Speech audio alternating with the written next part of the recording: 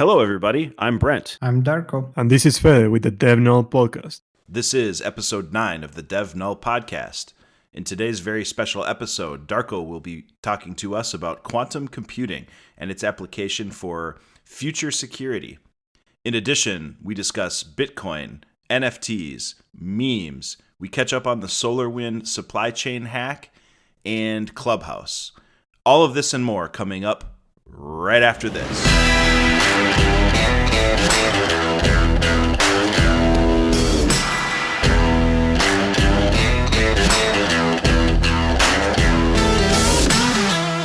So, Bitcoin. Oh, What man, a crazy ride we've been on. So the last time I think we talked about Bitcoin, we were in the $40,000 range for Bitcoin. Something like that, I think, yeah. Yeah, it's gone in just the last few weeks on another kind of roller coaster ride that I think is becoming part of the signature of Bitcoin. But it shot all the way up to just this side of 60,000, like somewhere around 58, 58, middle 59. 58. Yeah. And then kind of had a nice little correction that they talk about. If you look at some of the channels around Bitcoin, all the hodlers out there always talk about how Bitcoin is susceptible to these big 20 to 30% resets, and that actually happened. So it came down into like the middle 50s, and then I don't want to say the bottom fell out because we're still way higher than where the year started. But it seems to be pushing its way back up today. It was like yesterday it was 43,000, and today it's like just a couple $100 short of 50,000 again. The reason I bring it up, I wanted to kind of bounce this off you. We sort of talked about thinking about Bitcoin in a slightly different way, and this was a mental shift for me too. Before I was thinking about Bitcoin as like currency, like you're going to use it to buy a pack of gum at the store. And it seems like a lot of folks out there got to this realization way faster than I did. Bitcoin as a store of value. So what's happened since the last time we talked about this? Michael Saylor's MicroStrategy went and raised another $1 billion and put all of that into Bitcoin at around $52,000 per Bitcoin. Wow. Which is crazy to me. So all of this is on their website. You can look at this. So they're like average Bitcoin price right now is somewhere around 29,000. So they bought, back when it was like 10 or whatever, or 12, and then again at 50. So they're like average price is around 29,000. And obviously Elon Musk, we saw put in a bunch of money from like the treasury of Tesla as a way to try to like hedge against inflation and those sorts of things. I don't want to become like, and I certainly don't want this podcast to become like, the Bitcoin lovers guild, but it's just certainly interesting over the course of a couple of months, how rapidly people's minds are changing about, the value of Bitcoin and how you might potentially use it. I don't know. Have you been tracking this, Darko?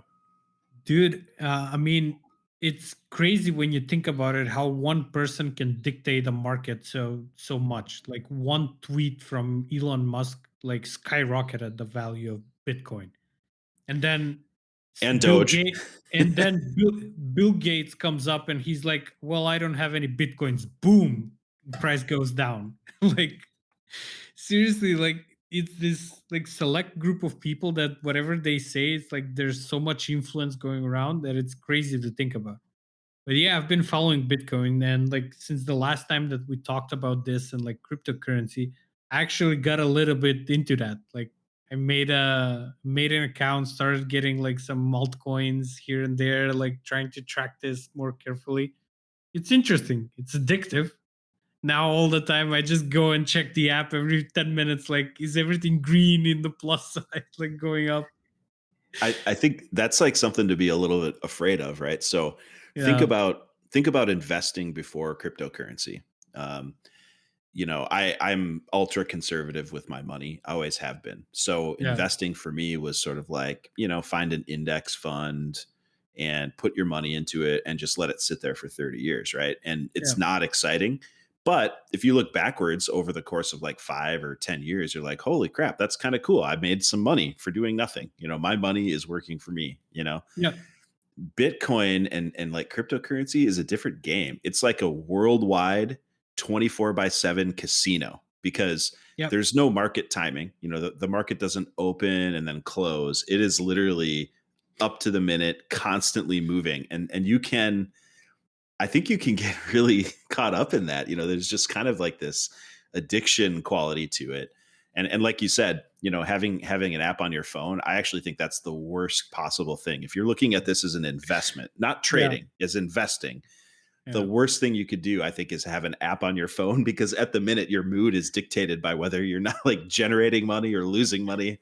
How Exactly. horrible. Exactly. It's No. horrible. I'm telling you. Like, I've had it for some time now, and it's like every 15 minutes, check it. Like, prices up or down. Not that I know that much about it that it makes so much difference to me in my investing or something, but it's just like, to me, it's red or green. Like, Yeah. that's the good or bad for me. Like, are the prices, like the percentages, in green or not? It's interesting. So just last week, Janet Yellen, who is the Treasury Secretary for the U.S. of A., the good old U.S. of A., made some comments about how there's a couple reasons why Bitcoin is a bad thing. One is obviously the price volatility. You can look at a chart and just realize that is kind of, you're in for a penny, in for a pound if you decide to put your money into this, because it is highly volatile. Yeah. The other thing she mentioned that I thought was pretty interesting was the like energy required to not only mine for the Bitcoins themselves, which all the Bitcoins will not be mined until 2150, I believe it is. So there's a long ways to I think go. so, yeah. Yeah.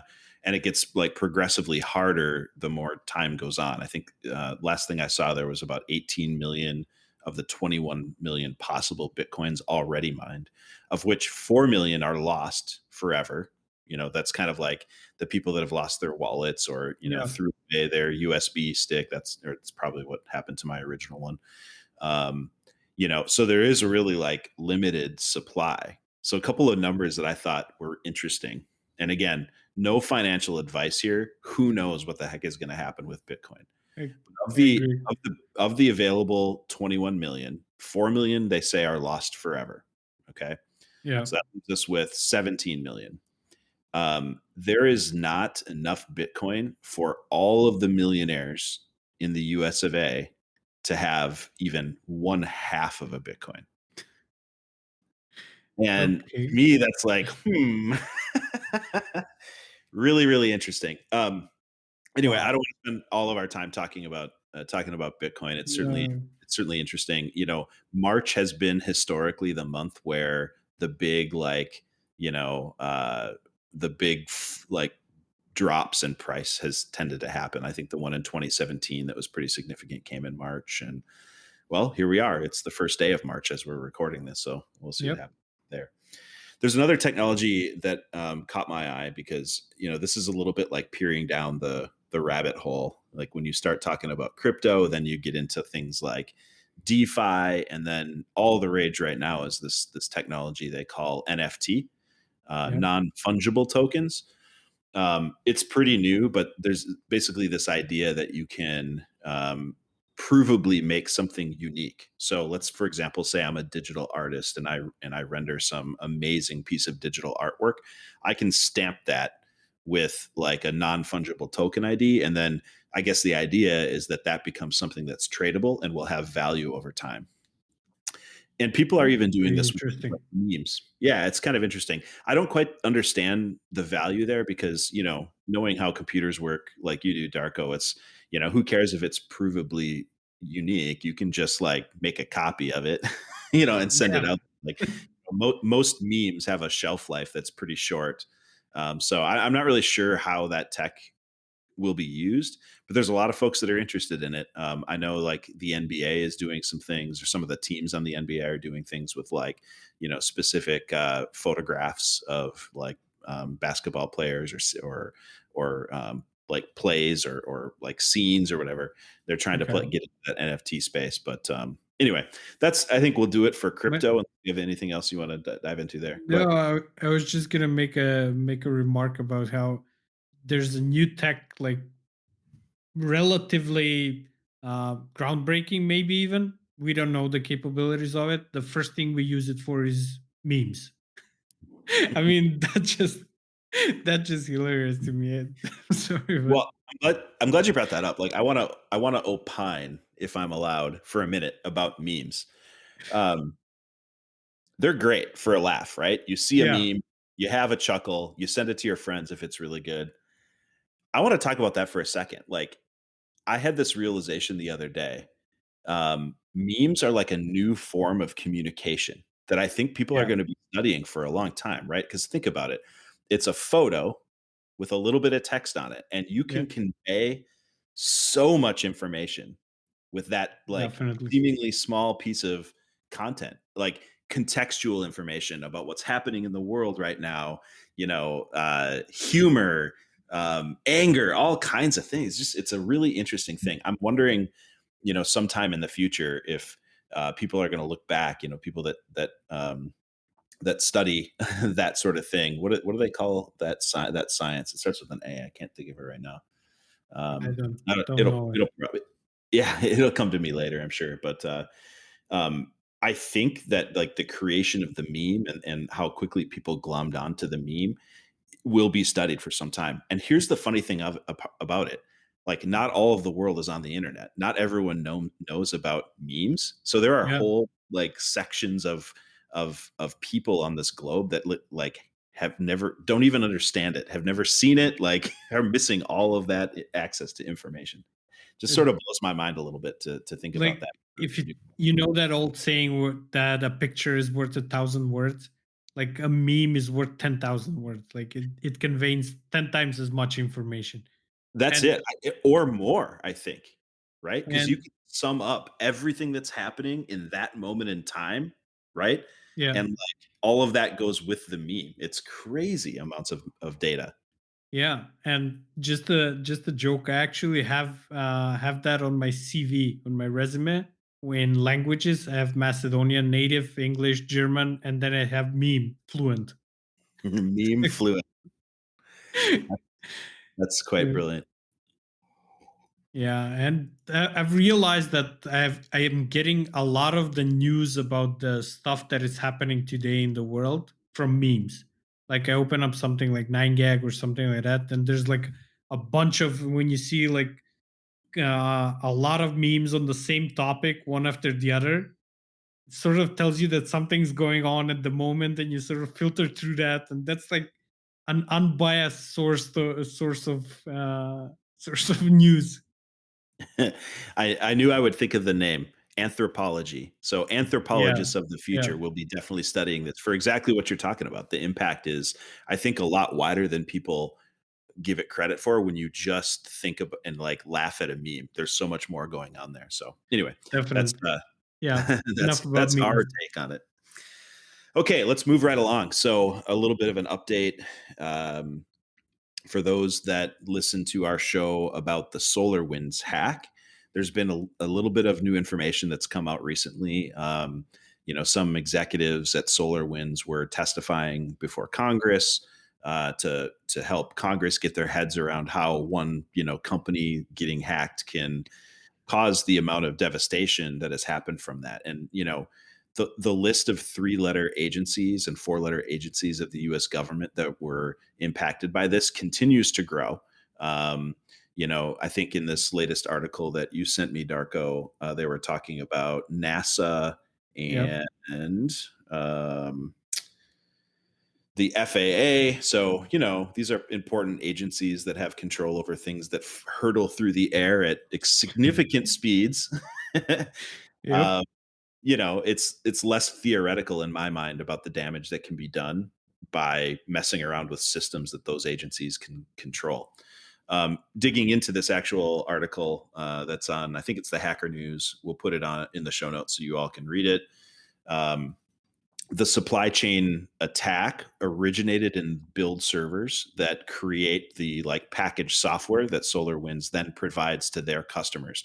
As a refresher, that's how all of these companies, we're talking FireEye, Microsoft, all the government agencies that we talked about in the other show, as well as this one, were then made susceptible to the SolarWinds hack because they took trusted software. And again, trusted meaning it was signed by the SolarWinds Yep. build process as originating from SolarWinds. Very important step there. Turns out there's a build server that had a password of SolarWinds 123. Perfect. And yeah, but hey, we've all been at places where, some pretty critical systems are protected by even less than that. I'm not going to say Admin. the admin, password, 123, all kinds of crazy stuff people do. Doubly worse in this particular case is that not only was the password SolarWinds 123, which isn't that difficult to guess, it was also checked into a GitHub repo for a short period of time. Double damage. Double damage, right? Because everything that goes into GitHub, unless you're extra careful, is searchable.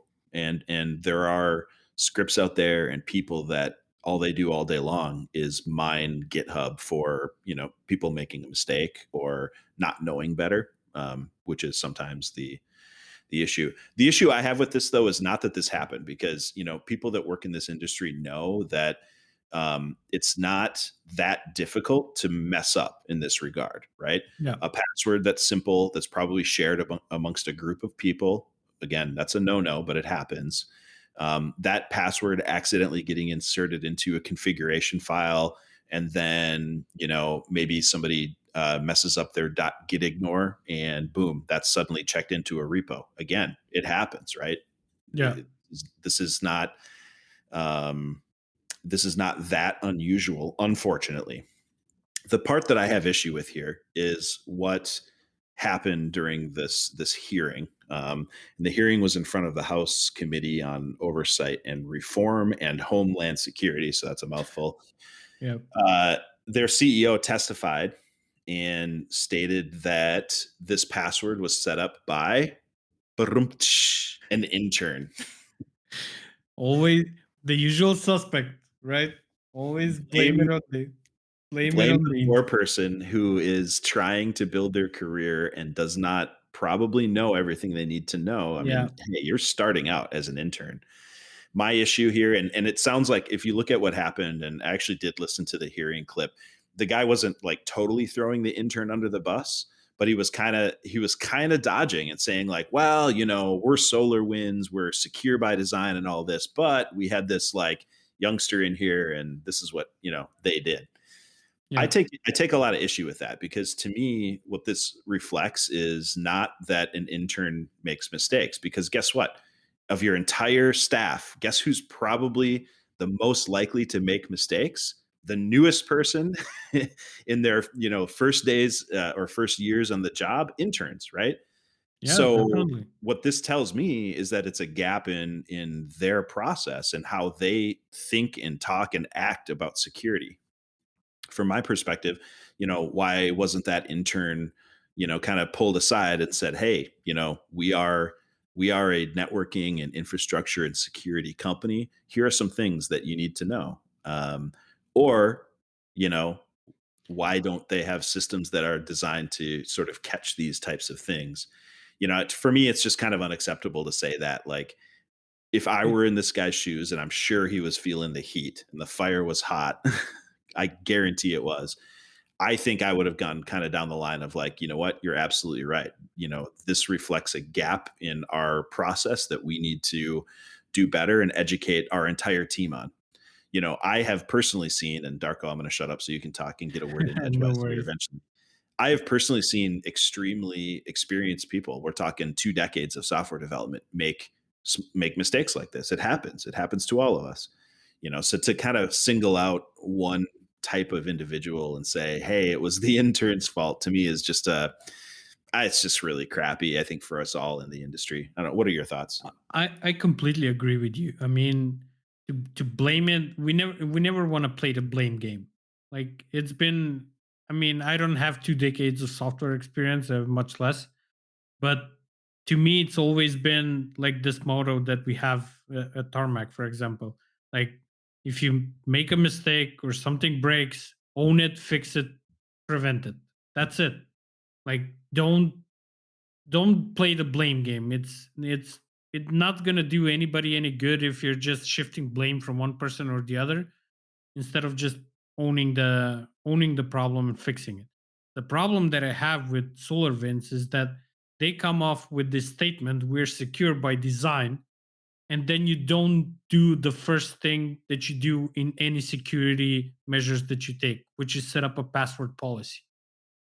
Like, if you set up a password policy that it has to be 16 characters long, it has to have alphanumeric signs like uppercase, lowercase, that significantly lowers the choice. And if you want to be extra security, then you implement some kind of what was it called, the dictionary prevention mechanism, so you cannot have like real words in your password. So that kind of takes all the blame away from the intern to every single security person that is assigned to that, so they can come out with that statement, hey, we're secure by design. I mean, I agree 100%. The article that we read and sort of shared on this, they talked about that's SolarWinds' new stance is secure by design. And what you're talking about, policy that is enforceable, not policy that gets put in the employee's handbook, but Yeah, policy that's enforceable by, the OS or your, IAM rules or whatever it may be. That is secure by design. Anything else exactly. is sort of just words. I mean, the other thing they could do too is just widely adopt YubiKeys and give every person a YubiKey, and that YubiKey password. I'm telling you, man, there's no way you're hacking that thing. It's it's Yeah, pretty dense. but But that's also a way, but that's measurements, that's things that you put in your system to prevent these things from happening. So you don't hope that everybody's going to listen to your advice to have a very secure password. You make that so. That's how yep. you become something by design.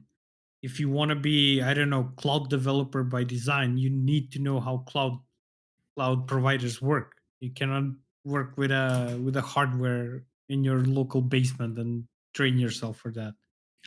Yeah, I mean, I think that's actually really key because again, most businesses out there, especially the larger ones, you're going to have individuals on the team that have varying levels of exposure to like security posture.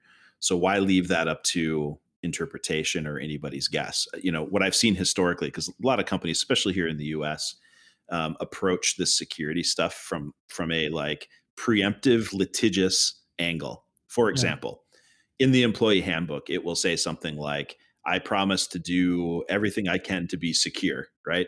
But doesn't give any tooling, it doesn't really give Mhm. any like enforceable policy. It sort of like makes the employee responsible for what happens if Yeah. there's a breach.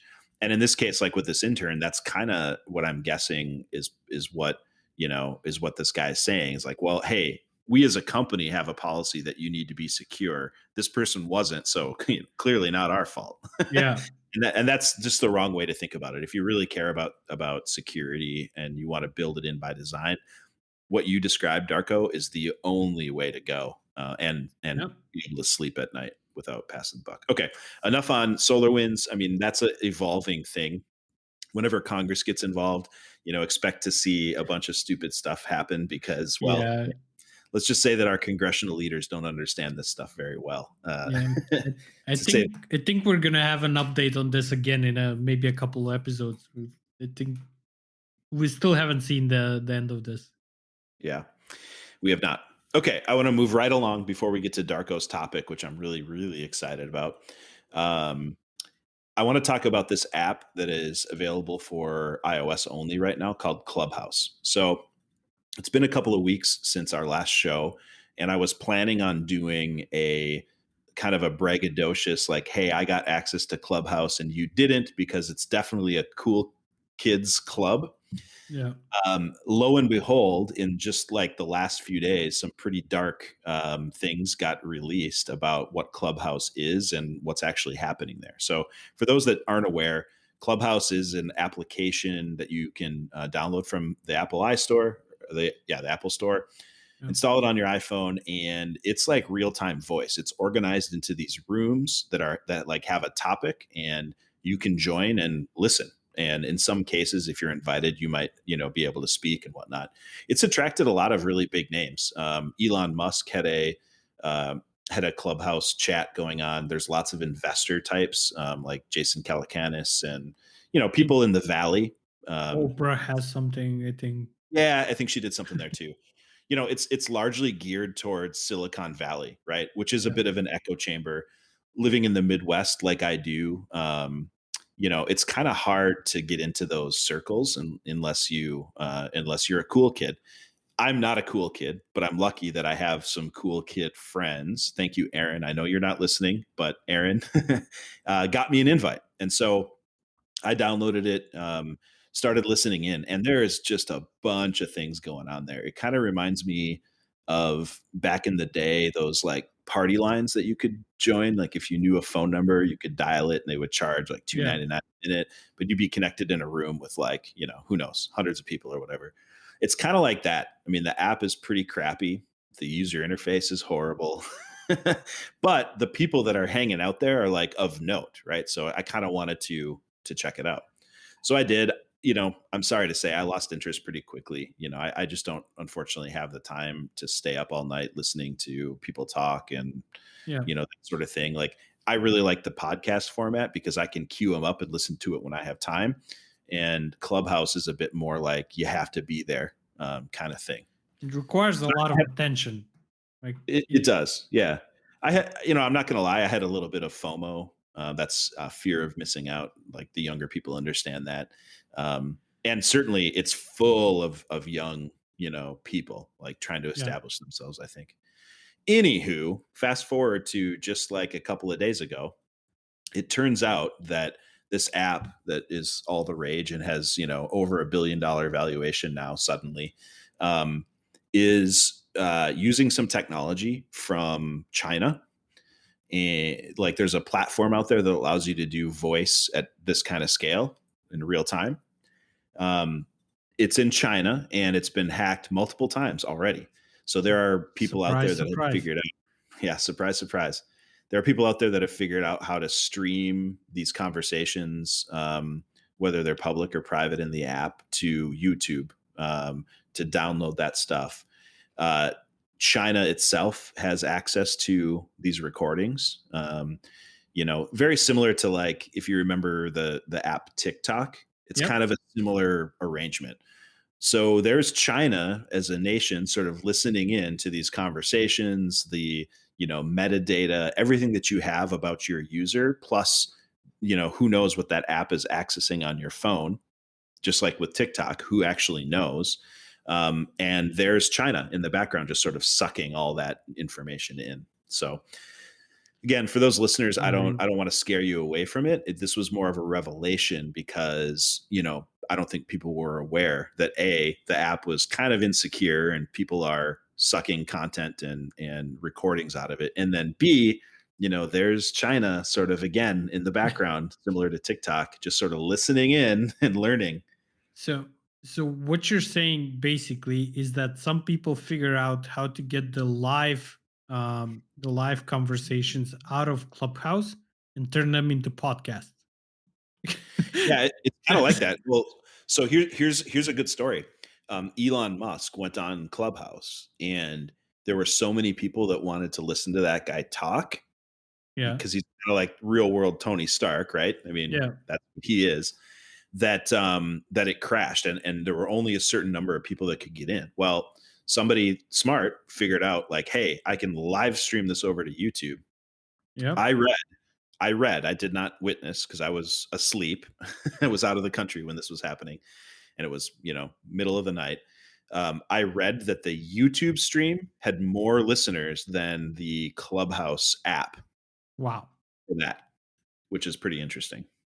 That's crazy to think about, man. I mean, when you think about all these like new apps that come out and like make this sudden burst of users and like explosion of expansion and everything, it's like how sure are we that that thing is secure enough. I mean, it happened every single time that we saw a burst like that. What happened to Zoom at the start of the pandemic, right? Suddenly, within a month, they get, what was it, like 400 million users or some crazy number like that. Couple months later, people started, what was the term? Zoom bombing Yeah. meetings, like coming into random meetings. Like Security, Zoom roulette.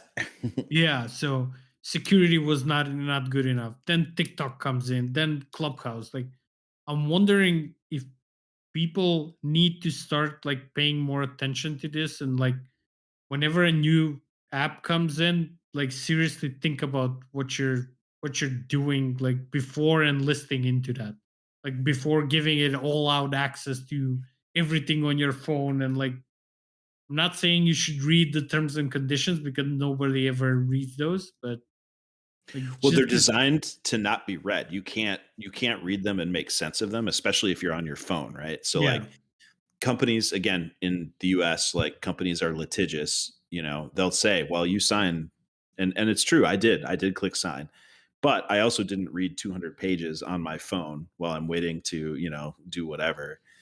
I think you're exactly right. So let's talk about Clubhouse, and the same applies to TikTok and the other apps that you talked about previously.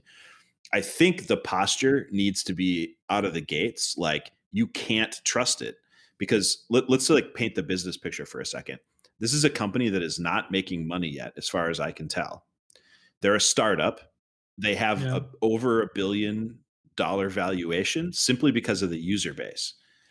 How could they possibly be secure? They don't have the resources to build an app in a no, secure way. It's not cheap. You know that, Darko. yeah, So my perspective, and again, I had my brain switched off when I installed Clubhouse, and I was following the cool kids. I wanted to know what yeah, was out there. exactly, But when I pause and actually think about it, I have to ask myself, like, how could it possibly be secure to a standard that makes me comfortable, given where they are in the arc of the development of this application? Heck, just the user interface itself, when I first saw it, should have been a clue that they don't have developer resources that yeah, are up to the task or the time or whatever. So, I mean, I feel like that's got to be it. When there's something new that's in all of the papers and everyone's like raving about it and it's new, you just have to assume it's not ready yeah, in one way, shape, or form. definitely. Definitely agree. Because no matter how much of a boom like that you get, like sudden expansion, you cannot, even if you get like a funding of $1 billion that they get right now, even that, you cannot hire people. Even if you hire them, you hire tomorrow 100 new developers. You need time to onboard them, train them, make them like organize them, and then you can start seeing the effect of that. So it cannot happen overnight. And these expansions like happen exponentially fast. Like, I don't think there's any company out there that can handle that kind of expansion without sacrificing and cutting some corners during that development, like security. Absolutely. Absolutely. And it's sad to think about that security is most often the one that gets sacrificed in these things. Like, it's not adding fancy features or integrations to Giphy or Tenor for sending gifs or memes or whatever. It's usually the security part that gets sacrificed. It's always like, we'll handle that later. You can't sell it and you can't Yeah, raise money on it. yeah, So exactly. I get it. If it was like part of the feature set that people were going to, like, we've seen apps where this is the case. For example, um, let's talk about Proton Mail for just a 30 seconds here. Proton Mail is a secure mail like alternative to Gmail, and they actually charge you money. Yeah, But it's part of what you're paying for is the security of it. So like, there are some apps where, security is part of the feature set, but most are not. Facebook, for example, obviously Clubhouse, Twitter, security yeah, is not what, like, the product. You hope they're doing it, but chances are they're not unless they have to. So anyway, that's kind of it on the market recap side of this discussion. There's been a lot of things that have happened since our last show, and certainly at this time of year, I think a lot more are going to happen as we get into the spring and the summertime. But I want to now transition over into more of like the feature length discussion because Darko has teed up something pretty amazing here. It's pretty geeky, but I love this stuff. So with that, Darko, why don't you introduce us to your topic and we'll get going. That's some pretty high standards that you set for me there. I hope I can. Only the highest for our Macedonian. Thanks. So yeah, I want to talk about that one topic that probably everybody's heard of because of Hollywood.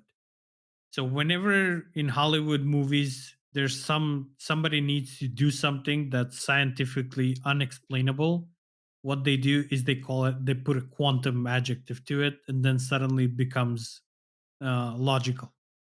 Suddenly everything is possible. Time travel, I don't know, teleportation, mind reading, whatever. Everything is a quantum state in Hollywood. So yeah, uh, I've been following quantum computing for a few years now, and an article caught my eye a couple of days ago that I read. It's not a new article, but I sort of stumbled upon it now. It's basically around quantum computing and cryptography, around encryption. It's very technical, very geeky, but I'm gonna get to that point. Well, And let's just stop there for a second. This is important because typically when people think about quantum computing, they think about like, well, all of our security models are out the door now because why? yeah, so that is both true and false at the same time. So yes, quantum computers have a different way of thinking, different way of working that is going to render some current encryption protocols useless. So let me try to break this down in a very simple way. So the most common cryptography encryption algorithm that we use today in the tech world is RSA, or the public private key pair. That those private and public key pairs are generated by multiplying very large prime numbers. Just to give you a sense of how large these prime numbers is, currently the highest known prime number, which was discovered I think 2 years ago by some engineer in the US, is it starts with a 4 and ends with a 1 and has 23 million digits between those two. That's a big number. Yeah. How many commas if you were to like write that for the rest of your life probably you'd Yeah, be writing pretty that number. pretty much, yeah. So it's a pretty big number. So if you take these very large numbers, like maybe not to that scale, but um, very large numbers, multiply them, do some calculations, you get this public private key pair that's used for encryption. And the for current standards, that thing is pretty good. Like it works nice. You would need a serious computational engine, like serious computing power to break that encryption. But what happens now when quantum computers enter the field? Well, they do things significantly faster than classic computers on some levels. Like, just to get one thing straight, quantum computers are never going to replace regular PCs. You will never be able to play Dota on your quantum computer at home.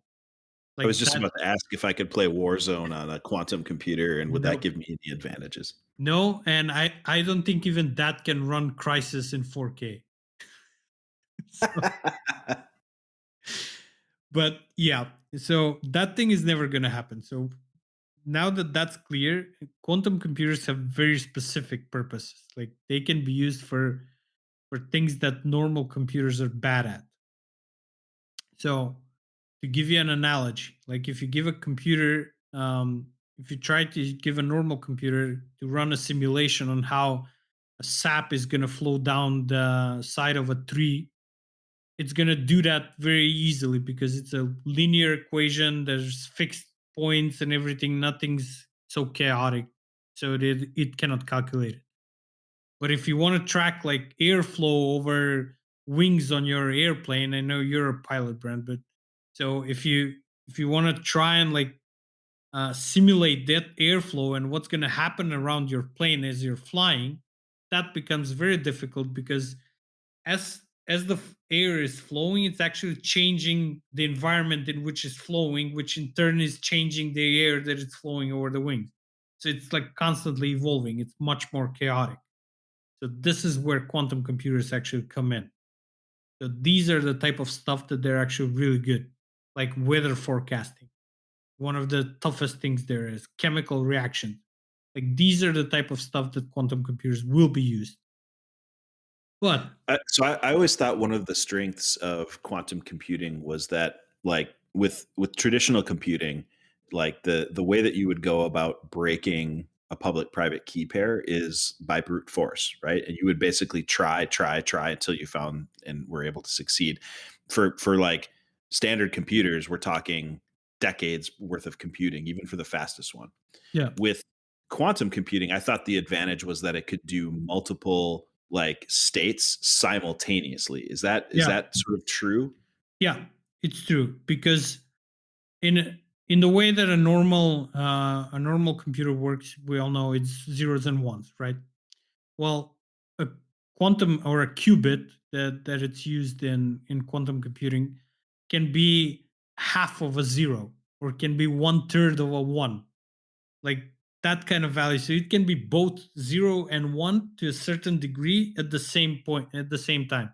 So that gives you a lot more options. Like it's basically if you take to give you another analogy, like if you take a coin and it's either heads or tails, but then if you spin it on the table while it's spinning, what sides is it on? Like it's sort of both at the same time.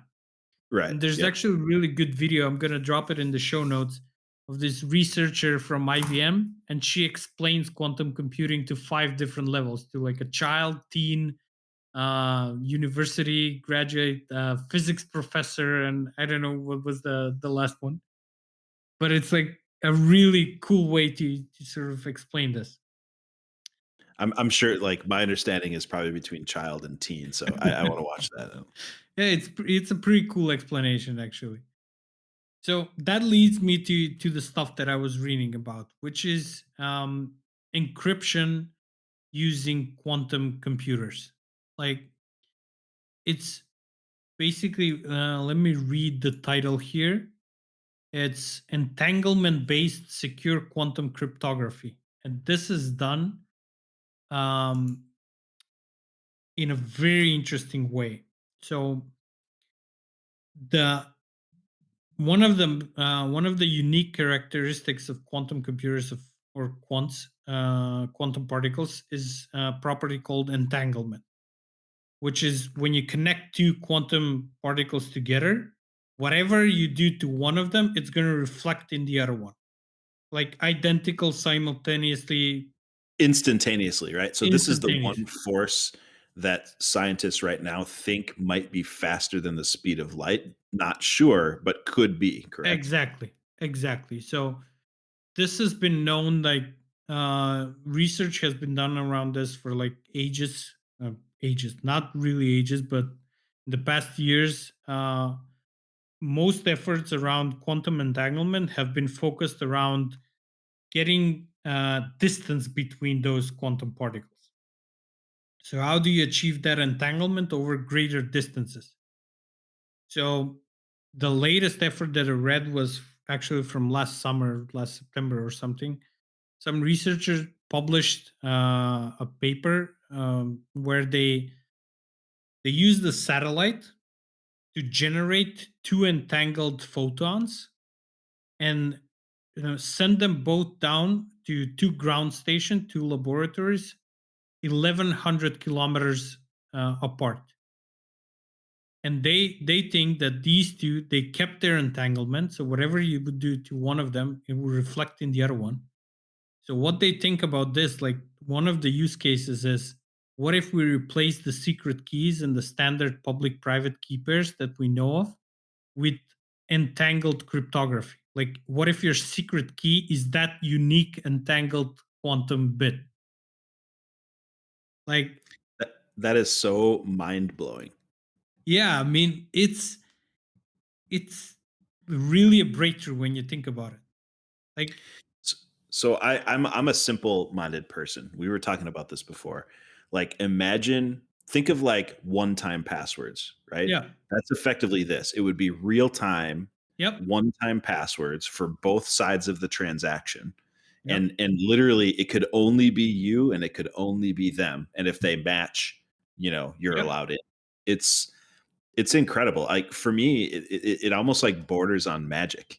Yeah, definitely. I mean, it's something that you cannot intercept it. It's not going through any relays. It's not being rerouted through servers in China or Russia or US or wherever. So it cannot be streamed to YouTube or whatever we were talking about before. So it's quite interesting. I mean, quantum computers are like whole different level. There's a million uses for them, but this one thing really caught my eye when I was reading it the other day. I mean, it solves a lot of those problems, and I think what you were talking about too, the fear of mainstream, uh, the public getting access to Yeah, quantum computing, and then being able to just brute force every single, like weak, which we'd have to call now weak security system out yeah, there. It would be like just suddenly saying, take your front door off your house, and anybody that wants to come in, just yeah, allow them in, basically. um, that's a real risk, and there's a lot of like money and assets at stake by that particular technology sort of becoming mainstream and making it irrelevant. The great thing about tech, though, is that right on the heels of something about to become irrelevant is the next thing, and it yeah. feels like this might be one of those. In the article that you found, and again, we'll put this in the show notes so everybody can have a look. It's pretty heady stuff. Like the abstract Yeah, is understandable, and then it quickly dives off a cliff into the science. So unless you're really into that, yeah. Chances be are, prepared. Yeah. But I'm just curious, like, if there's been any talk about like what an actual implementation of this might look like. Right now it's theoretical. Or, no, it's not theoretical. Sorry, it's in practice, but it's in the lab setting, right? And yeah. it's in satellites that I'm sure are government controlled and things like that. Is there any discussion of like what mainstream might look like, or is it too early? I think it's too early. Like being my like completely uneducated guess and like just a normal average Joe thinking is that we're still a few decades away from being from having to actual everyday usage of quantum computers. And by everyday usage, I don't mean like surfing the web, but softwares that do some kind of calculations to use it on a daily stuff, like on a regular basis. So I think we're still a couple of decades away from that. The reason, that being said, actually there's a couple of years ago, even I actually found that you can register on IBM. They had a public access to a quantum computer, so you can register as a researcher and then try to run some code on it. And funnily enough, I found then a tutorial, and I actually wrote a piece of code. Wasn't anything too fancy, but I was happy with the fact that that piece of code actually got executed on a quantum computer, which is exciting in just the sense of it. That piece of code was just a simulation for the Monty Hall problem. Was it the name with Hmm. the three doors and the Yep. car? Yeah. So it's just a simulation. The software was that. Just run a simulation of like the percentages. It's a common, like when you're studying statistics and probability in university, it's one of the more common exercises that they give you. But like the month, should you switch or should you stay? So this was Yep. a piece of code that actually simulated that on a quantum computer. And why it was better on a quantum computer, because the information that you stored for each of those doors on the Monty Hall problem, you actually stored it in a qubit. So this door was one third of a zero. This one was two thirds of a one. So it's actually pretty interesting. Yeah, it sounds like it. And here I was thinking like the traditional, program that you write is always "Hello World," but I guess in quantum it would be like "Hello" and "Goodbye" at the same Yeah, time. pretty Like, much. Yeah. all different states at the same time, right? So Yep. The entire no, conversation at the same time. that's really interesting stuff. So thanks for sharing that. As Darko mentioned, we'll drop this in the show notes and kind of keep track of it. I mean, if it's decades long, I'm sure the DevNull podcast isn't going to be able to keep up with it forever. But this is kind of in the realm of like tech and science that interests me so much, right? I think one of the things that's really cool about this, because we've done history lessons on the show in the past, the math for quantum entanglement is old. It's like Yeah. Einstein Yep. old, right? So over 100 years, 2020, yeah, 2021 now. So it's over 100 years old. And the interesting thing about the genius of that guy is that his math is still right. Yep. It's taken technology this long to prove it, which is it's so mind-blowing to me. Yep. The level of this stuff. But now, we're on the cusp of seeing some of this stuff play out in practice in a very usable way, right? Like, we always, if you're an Elon fan, if you're a tech fan or whatever, there's always a discussion about space and, you know, exploration and all that. But there are very real like physics problems involved there. For example, the speed of light, right? If that is governing the speed in the universe, and you need to do something instantaneously over distance, you simply can't, right? Yep. But with quantum entanglement, the theory is that whatever force that is, and I'm too stupid to understand this, somehow Okay. is able to go faster than the speed of light, and that in my brain is just like it's such a mind blow. I love thinking about it. So Yeah. Yeah.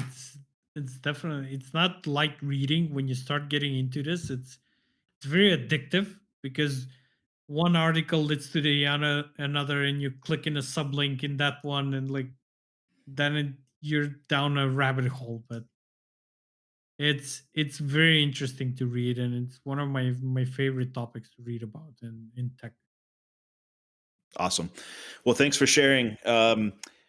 As I've stated multiple times now, all of the articles that are source material for this show will be put into the show notes.